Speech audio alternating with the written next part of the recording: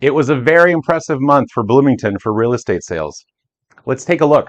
When we look at Bloomington, the first thing we're going to look at today anyway is we're going to look at the amount of new listings. 95 new listings went on the market in Bloomington for the month of June. That's a good number. It's the highest since June of 2022. So that's pretty cool. Okay. And as you recall, there was something really happening in June of 22 when the interest rates went. Okay. So you get the point. Days on market. Let's look at the selling speed. So when we look at the speed of sales, we use days on market, okay?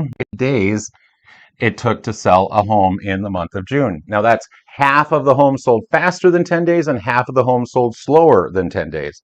Just so you kind of have a perspective there. Now, interestingly enough, they got $211 per square foot, okay?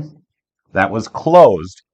When we look at townhomes and condos, what they were selling for square foot, it was $191 per square foot. So, $20 less. Why is it less? Well, there's a whole bunch of reasons and I won't go into them. I'll just say this. Townhomes on average and condos don't sell for as much as single family homes because you don't get earth or very little earth. Quick question for you. Are you curious about the value of your home?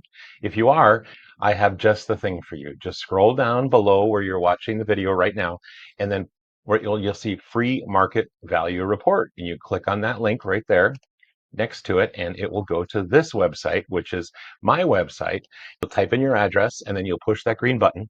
It will ask you for your email address, and then it will send you an email, and it will be an automated valuation of your home.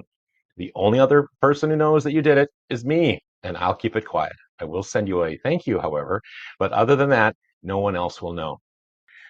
Another thing that was really interesting about Bloomington's market was the amount of money that sellers were getting. So the list to sale price ratio, okay? List to sale price ratio. So list price would be 100%. Okay, just as an example, whatever that was. How much of that did the seller get? Well, in last month, they got 103.3%. And now that's on average. So, and by the way, this is the highest for, the calendar year, but very high. Usually, this is very high, it's very strong. So it's very impressive in that context. So is it unheard of? No, but is this a sign that Bloomington's very thirsty for listings and buyers are willing to pay a little more? Yes, that's what that means. Buyers are willing to pay a little bit more. Now, when we look at townhomes and condos, and by the way, this is just a little bit up from year over year. So now when we look at townhomes, and now this is single family, okay? So this is single, we'll just put single family, and then we'll do townhomes and condos, okay? So what were they selling for? Well, it's going to be a little bit different. 98.8%, not quite 5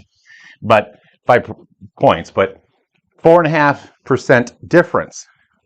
What I'm saying is, and by the way, this is plenty healthy. Average $96, $97, on average for a townhome or condo list to sale price ratio in the Southwest Metro at this time. So this is still quite healthy. But what is more desirable according to the marketplace? What is this telling us as to the desirability of a single family home versus a townhome or a condo? That's telling us part of it. And it's also telling us that there's a bigger demand and or a greater demand for single family homes, which is, by the way, very, very common.